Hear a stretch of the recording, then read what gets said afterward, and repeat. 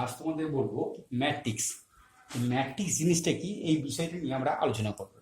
এই ম্যাট্রিক্সটা হচ্ছে, দেখো ম্যাট্রিক্স বিষয়টা নিয়ে আলোচনা করবো। এর ডেফিনেশন, এর সংজ্ঞাটা কি দেবো, টাইপস অফ ম্যাট্রিক্স, কত রকমের ম্যাট্রিক্স আছে, ম্যাট্রিক্সের প্রকার ভেদগুলো নিয়ে আলোচনা করবো। আর ম্যাট্রিক্স অপারেশন অর্থাৎ কি, যোগ বিয়োগ গুণ, এই যে অপারেশনগুলো আছে সেই অপারেশনগুলো ম্যাট্রিক্সের ক্ষেত্রে কিভাবে যোগ করব, কিভাবে গুণ করব, কিভাবে বিয়োগ করব, সেই সব বিষয় নিয়ে আমরা আজকে আলোচনা করব। তাহলে ম্যাট্রিক্স, এই তিনটে বিষয় নিয়ে আমরা আজকে আলোচনা করব। তাহলে ম্যাট্রিক্স বলতে আমরা কি বুঝি, দেখো ম্যাট্রিক্স বলতে বুঝি আমরা বিন্যাস। সেই বিন্যাসটা কেমন হবে? তাহলে ম্যাট্রিক্স বলতে বুঝি আমরা বিন্যাস। সেই বিন্যাসটা হচ্ছে আয়তকার বিন্যাস। আমরা আগেই শিখেছি, তোমাদের ডিটারমিনেন্টে বলেছি যে এই বড় বড় হরাইজন্টাল যেগুলো থাকে, এই বড় বড় আমরা রো বা সারিকে প্রকাশ করে থাকি, রো বা সারি। আর ভার্টিক্যাল বরাবর যেগুলো থাকে সেগুলোকে আমরা কলম বা স্তম্ভ আকারে প্রকাশ করে থাকি, স্তম্ভ হিসেবে বলে থাকি। হরাইজন্টাল যে বিন্যাসগুলো থাকবে সংখ্যার, সেগুলোকে রো হিসাবে দেখবো। আর ভার্টিক্যাল যে বিন্যাসগুলো থাকবে সেইগুলোকে আমরা কলম বা স্তম্ভ বলবো। এবার দেখো আমরা এই ম্যাট্রিক্স ব্যাপারটা কি। ম্যাট্রিক্স ব্যাপার হচ্ছে কতগুলো সারি এবং স্তম্ভকে যদি আমরা আয়তকারে বিন্যস্ত করতে পারি, তাহলে যে সজ্জাটা তৈরি হয়, যে বিন্যাসটা তৈরি হয়, তাকে আমরা বলবো ম্যাট্রিক্স। যেমন দেখো, ধরো এই ধরো একটা 1 2 3 -1 3 0, এখানে দেখো একটা আয়তকার বিন্যাস হয়েছে। আয়তকার বিন্যাসের মধ্যে দেখো কটা রো, দুটো রো আছে। আর কটা কলাম, একটা দুটো তিনটে কলাম আছে। এখানে কলাম সংখ্যা হচ্ছে তিনটে, আর রো সংখ্যা কটা, দুটো। রো সংখ্যা হচ্ছে দুটো, কলাম সংখ্যা হচ্ছে তিনটে। তাহলে এইটা হচ্ছে 2 × 3 ক্রমের ম্যাট্রিক্স। রোটা প্রথমে, কলমটা দ্বিতীয়তে লিখতে হয়।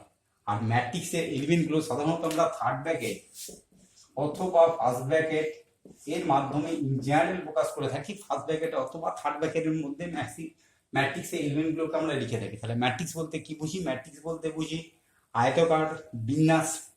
আয়তকার বিন্যাস কার? সারি এবং স্তম্ভের যে আয়তকার বিন্যাস করা হয়, সেটাকে আমরা এক কথায় বলি ম্যাট্রিক্স। ঠিক আছে, এবার দেখো এইটাকে ম্যাট্রিক্স বলছি। এবার যদি বলা হয় m × n ক্রমের ম্যাট্রিক্স, অর্থাৎ এমটা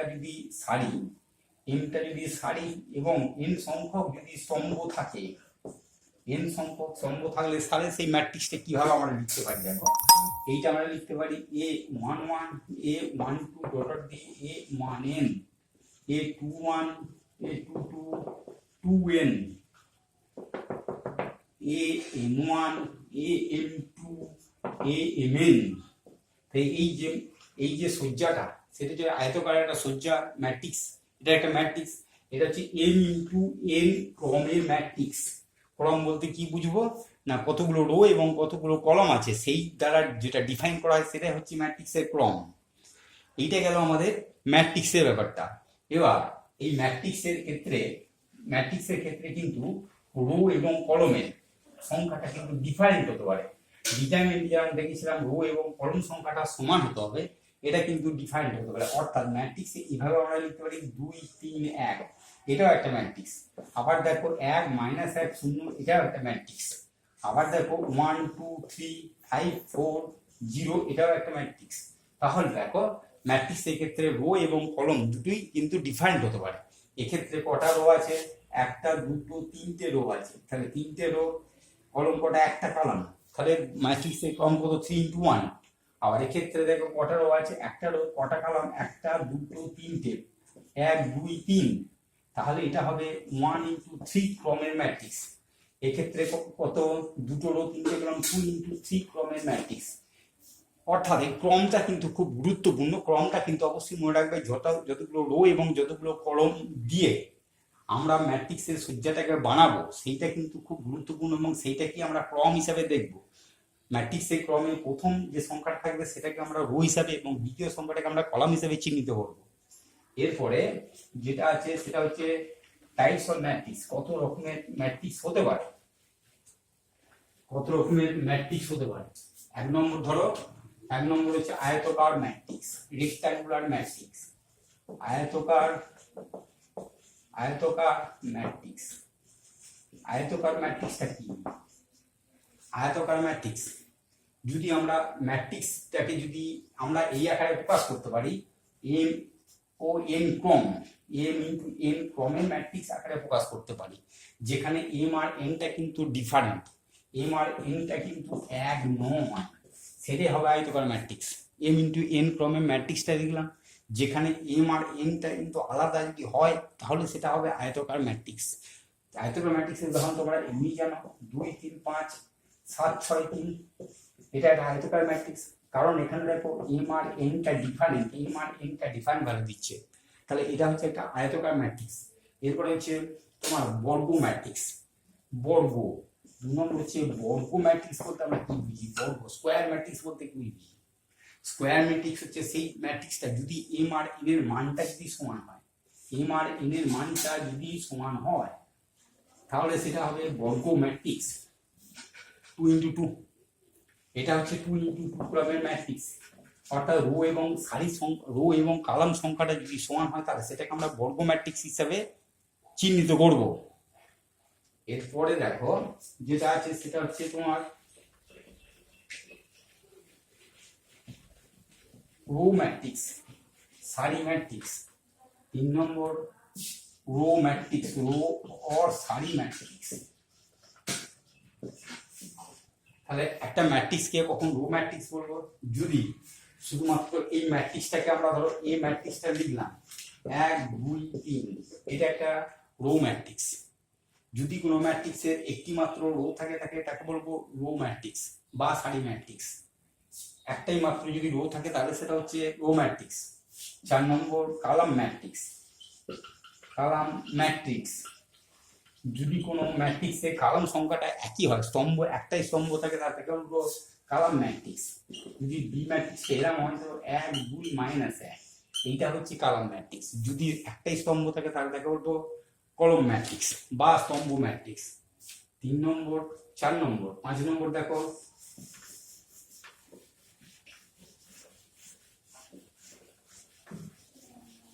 শূন্য ম্যাট্রিক্স বলতে আমরা কি বুঝি? শূন্য ম্যাট্রিক্স, শূন্য ম্যাট্রিক্স বলতে আমরা কি বুঝি? শূন্য ম্যাট্রিক্স, জিরো ম্যাট্রিক্স। শূন্য ম্যাট্রিক্স বা জিরো ম্যাট্রিক্স বলতে আমরা কি বুঝি? যদি সবকটা এলিমেন্ট যদি শূন্য হয়, কোনো ম্যাট্রিক্সের সবকটা এলিমেন্ট যদি সবকটা উপাদানের ভ্যালু যদি শূন্য হয় তাহলে সেটাকে বলবো শূন্য ম্যাট্রিক্স। তাহলে কোনো ম্যাট্রিক্সের সবকটা উপাদান যদি শূন্য হয় তাহলে সেটা হবে শূন্য ম্যাট্রিক্স। এইটা সাধারণত এই জিরো দ্বারাই প্রকাশ করা হয়ে থাকে। শূন্য ম্যাট্রিক্সকে আমরা জিরো দ্বারা প্রকাশ করে থাকি। সবকটা এলিমেন্ট যদি শূন্য হয় তাহলে দেখো শূন্য ম্যাট্রিক্স। এবার দেখো কর্ণ ম্যাট্রিক্স বলতে আমরা কি বুঝি? কর্ণ ম্যাট্রিক্স, ডায়াগোনাল ম্যাট্রিক্স। কর্ণ ম্যাট্রিক্স,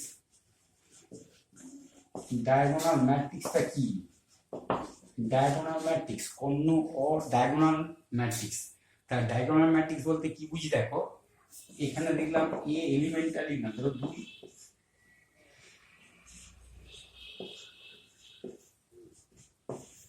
এই একটা ম্যাট্রিক্স লিখেছি। দেখো এইটাকে বলি কোনো ম্যাট্রিক্সে এইটা হচ্ছে প্রাথমিক কর্ণ, এইটাকে বলা হবে প্রাথমিক কর্ণ। প্রাথমিক কর্ণ, এটা প্রাথমিক কর্ণ। আর এইটা হচ্ছে তোমার গৌণ কর্ণ। গৌণ কর্ণ কোনো ম্যাট্রিক্সের প্রাথমিক উপাদান বাদে বাকি যে সমস্ত এলিমেন্টগুলো থাকবে তাদের মান যদি শূন্য হয় তাহলে তাকে বলবো কর্ণ ম্যাট্রিক্স বা ডায়াগোনাল ম্যাট্রিক্স। তাই ডায়াগোনাল ম্যাট্রিক্সটা কি হলো?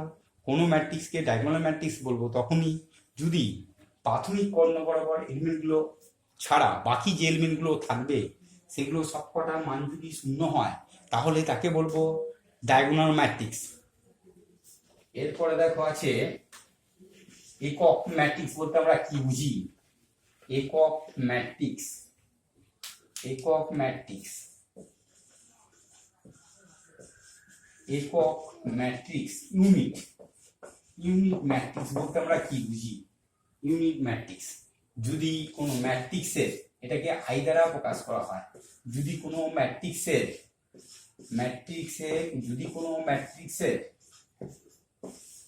মুখ্য কর্ণ বরাবর উপাদানগুলির মান 1 হয় যদি কোনো ম্যাট্রিক্সের মুখ্য কর্ণ বরাবর উপাদানগুলির মান এক হয় এবং বাকি এলিমেন্টগুলোর মান শূন্য হয় তাহলে তাকে বলবো একক ম্যাট্রিক্স।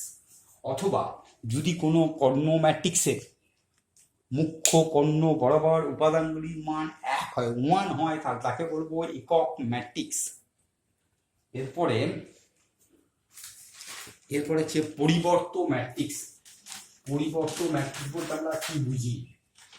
পরিবর্ত ম্যাট্রিক্স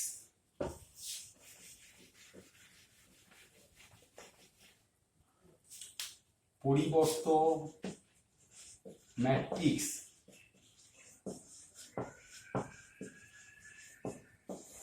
ট্রান্সপোজ।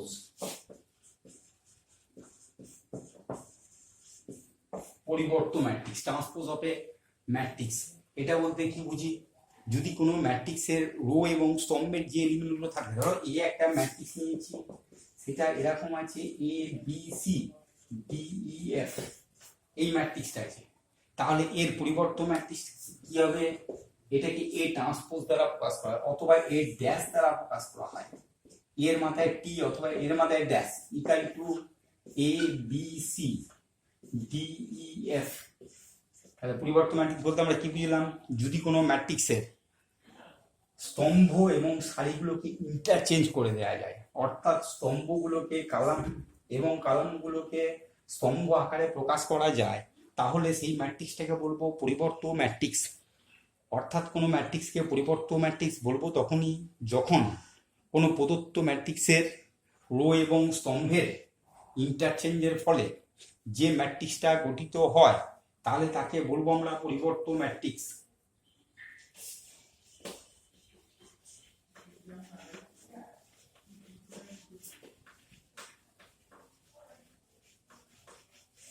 এরপর দেখো আছে প্রতিসম ম্যাট্রিক্স। কিউ প্রতিসম ম্যাট্রিক্স বলতে আমরা কি বুঝি? প্রতিসম matrix symmetric, SY symmetric matrix বলতে আমরা কি বুঝি? সিমেট্রিক ম্যাট্রিক্স বলতে আমরা কি বুঝি?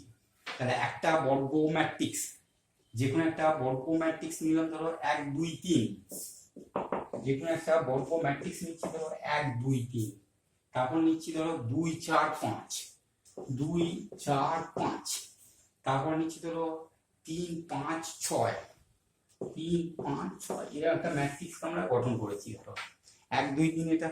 এবার এই ম্যাট্রিক্সটাকে আমরা ট্রান্সপোজ করছি। দেখো ট্রান্সপোজ করলে কি আসবে? 1 2 3, 2 4 5, 3 5 6। তাহলে এ ম্যাট্রিক্স নিয়েছি, এ ট্রান্সপোজ ম্যাট্রিক্স হচ্ছে এটা। এইটাকে প্রতিসম ম্যাট্রিক্স বলা হবে। কেন বলা হবে? প্রতিসম ম্যাট্রিক্সের ডেফিনেশনটা তাহলে কি? যদি কোনো বর্গ ম্যাট্রিক্সকে প্রতিসম ম্যাট্রিক্স বলা হবে তখনই যদি ম্যাট্রিক্সের পরিবর্ত ম্যাট্রিক্সটা যদি প্রদত্ত ম্যাট্রিক্সের সঙ্গে সমান হয়, তাহলে তাকে বলবো প্রতিসম ম্যাট্রিক্স। ম্যাট্রিক্সের পরিবর্ত ম্যাট্রিক্সটা যদি প্রদত্ত ম্যাট্রিক্সের সঙ্গে সমান হয়, তাহলে তাকে বলবো প্রতিসম ম্যাট্রিক্স। অর্থাৎ এ সমান এ ট্রান্সপোজ যদি হয়, তাহলে তাকে বলবো প্রতিসম ম্যাট্রিক্স। তাহলে একটা ম্যাট্রিক্সকে প্রতিসম ম্যাট্রিক্স বলবো তখনই যদি প্রদত্ত ম্যাট্রিক্সের ট্রান্সপোজ ম্যাট্রিক্সটা প্রদত্ত ম্যাট্রিক্সের সঙ্গে সমান হয়, তাহলে তাকে বলবো প্রতিসম ম্যাট্রিক্স। এরপরে হচ্ছে বি প্রতিসম ম্যাট্রিক্স।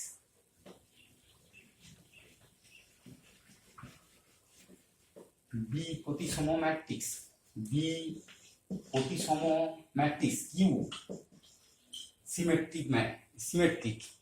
বি প্রতিসম ম্যাট্রিক্স বলতে আমরা কি বুঝি? তাহলে দেখো একটা ম্যাট্রিক্সকে বি প্রতিসম বলা হবে তখনই যদি এ ট্রান্সপোজ সমান মাইনাস এ হয়। এ ট্রান্সপোজ সমান যদি এ হয় তাহলে প্রতিসম ম্যাট্রিক্স, এ ট্রান্সপোজ সমান যদি মাইনাস এ হয় তাহলে বি প্রতিসম ম্যাট্রিক্স। ধরো একটা ম্যাট্রিক্স নিলাম এ সমান,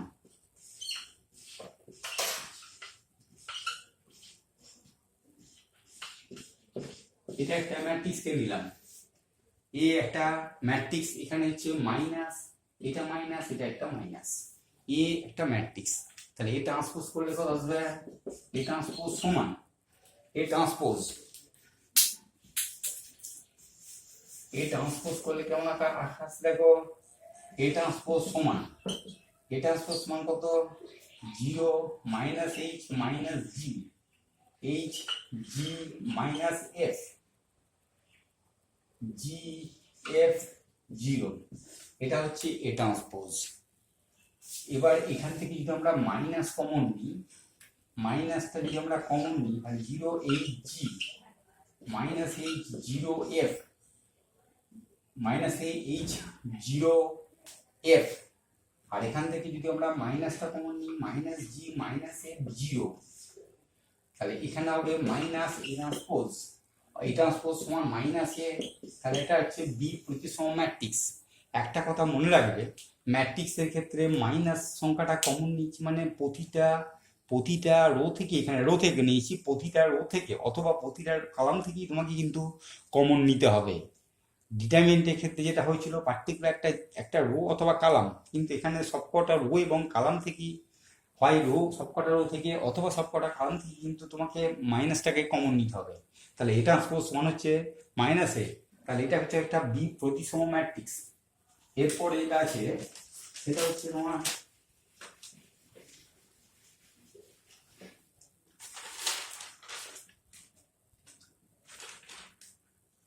এরপরে যেটা সেটা হচ্ছে তোমার একটা হচ্ছে ঊর্ধ্ব ত্রিভুজাকার, একটা হচ্ছে নিম্ন ত্রিভুজাকার। এই দুটো ম্যাট্রিক্স, ঊর্ধ্ব ত্রিভুজাকার আর নিম্ন ত্রিভুজাকার। ঊর্ধ্ব ত্রিভুজাকার, ঊর্ধ্ব ও নিম্ন, ঊর্ধ্ব ও নিম্ন ত্রিভুজাকার ম্যাট্রিক্স, ঊর্ধ্ব নিম্ন ত্রিভুজাকার ম্যাট্রিক্স বলতে আমরা কি বুঝি? ঊর্ধ্ব ও নিম্ন ত্রিভুজাকার ম্যাট্রিক্স বলতে আমরা কি বুঝি? তাহলে আমরা যদি একটা ম্যাট্রিক্স এইভাবে লিখি, দেখো একটা ম্যাট্রিক্স পেলাম 1 2 3 0 5 6 0 0 3, এই একটা ম্যাট্রিক্সকে দিলাম। এর হচ্ছে এইটা হচ্ছে তোমার মুখ্য কর্ণ। তাহলে ঊর্ধ্ব ত্রিভুজাকার ম্যাট্রিক্সের ক্ষেত্রে দেখো, আমি বলছি ঊর্ধ্ব ত্রিভুজাকার ম্যাট্রিক্সের ক্ষেত্রে এই একটা ম্যাট্রিক্সকে আমি লিখেছি, মুখ্য কর্ণের নিচের এলিমেন্টগুলো যদি শূন্য হয়, মুখ্য কর্ণে বরাবর যে নিচের এলিমেন্টগুলো থাকবে তার মান যদি শূন্য হয়, তাহলে দেখা বলবো ঊর্ধ্ব ত্রিভুজাকার ম্যাট্রিক্স। এটা হচ্ছে ঊর্ধ্ব ত্রিভুজাকার ম্যাট্রিক্স, আপার ট্রায়াঙ্গুলার ম্যাট্রিক্স। আর এইটা যদি ধরো একটা ম্যাট্রিক্স লিখেছি বি, এক্ষেত্রে যদি 1 5 6 0 1 7 0 0 5 এই ম্যাট্রিক্সটা লিখেছি ধরো, এর মুখ্য কর্ণের উপাদানগুলোর উপরের অংশ, উপরের যে মান 3টে, সেইটা যদি শূন্য হয় তাহলে তাকে বলবো নিম্ন ত্রিভুজাকার ম্যাট্রিক্স। এইটা হচ্ছে নিম্ন ত্রিভুজাকার ম্যাট্রিক্স, এটা হচ্ছে ঊর্ধ্ব ত্রিভুজাকার ম্যাট্রিক্স। তাহলে দুটো ম্যাট্রিক্স আছে, একটা ঊর্ধ্ব একটা নিম্ন। ঊর্ধ্বটা হচ্ছে মুখ্য কর্ণের নিচের এলিমেন্টগুলো শূন্য হবে, আর নিম্নের ক্ষেত্রে মুখ্য কর্ণের উপরের এলিমেন্টগুলো যদি শূন্য হয়, মুখ্য কর্ণের উপরের যে এলিমেন্টগুলো আছে সেগুলো যদি শূন্য হয় তাহলে তাকে বলবো নিম্ন ত্রিভুজাকার ম্যাট্রিক্স। আর ত্রিভুজাকার যদি ম্যাট্রিক্স শুধুমাত্র ত্রিভুজাকার ম্যাট্রিক্স বলে, সেক্ষেত্রে হবে, সেক্ষেত্রে মুখ্য কর্ণের, এই ধরো সি একটা ম্যাট্রিক্স লিখেছি 1 0 1 3 -1 0 3 -2 -3 0, যদি মুখ্য কর্ণের সবকটা এলিমেন্টের মান শূন্য হয় তাহলে দেখা বলবো ত্রিভুজাকার ম্যাট্রিক্স। মুখ্য কর্ণের বরাবর সবকটা এলিমেন্ট যদি শূন্য হয় তাহলে দেখা বলবো ত্রিভুজাকার ম্যাট্রিক্স। তাহলে আমাদের ম্যাট্রিক্সের প্রকারভেদ এই কটা মোটামুটি জানলেই আমরা আশা করি সমস্ত প্রবলেম যেগুলো দেবে সেগুলো আমরা করতে পারবো। তাহলে প্রথমে বললাম তোমাদের ডেফিনেশন অফ ম্যাট্রিক্স, তারপরে বললাম তোমাদের কি টাইপস অফ ম্যাট্রিক্স, কত রকমের ম্যাট্রিক্স আছে। এরপরে ক্লাসে তোমাদের বলবো যে যে সমস্ত প্রপার্টিগুলো আছে বা যে সমস্ত অপারেশনগুলো আছে সেই বিষয় নিয়ে আমরা আলোচনা করব।